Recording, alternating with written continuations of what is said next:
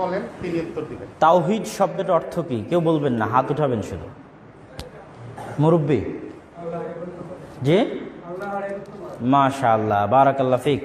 দেন ওনাকে এটা পুরস্কার দেন। হাইয়াকাল্লাহ, আহসানাল্লাহু ইলাইক।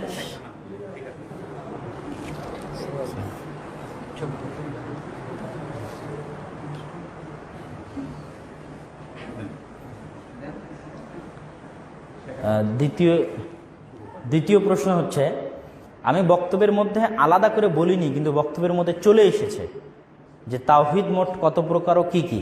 আমি হয়তো এভাবে বলিনি যে তাওহীদ এত প্রকার এই, কিন্তু বক্তব্যের মধ্যে 3 প্রকার তাওহীদের উপরেই টাচ করা হয়েছে, এবং আলাদা আলাদাভাবে টাচ করা হয়েছে, এবং সিরিয়ালি টাচ করা হয়েছে। এই 3 প্রকার তাওহীদের নাম বলতে হবে, এবং কাকে বলে সেটাও। আচ্ছা, কাকে বলে এটা পরের প্রশ্ন করব, জাস্ট 3 প্রকার তাওহীদের নাম বলতে হবে।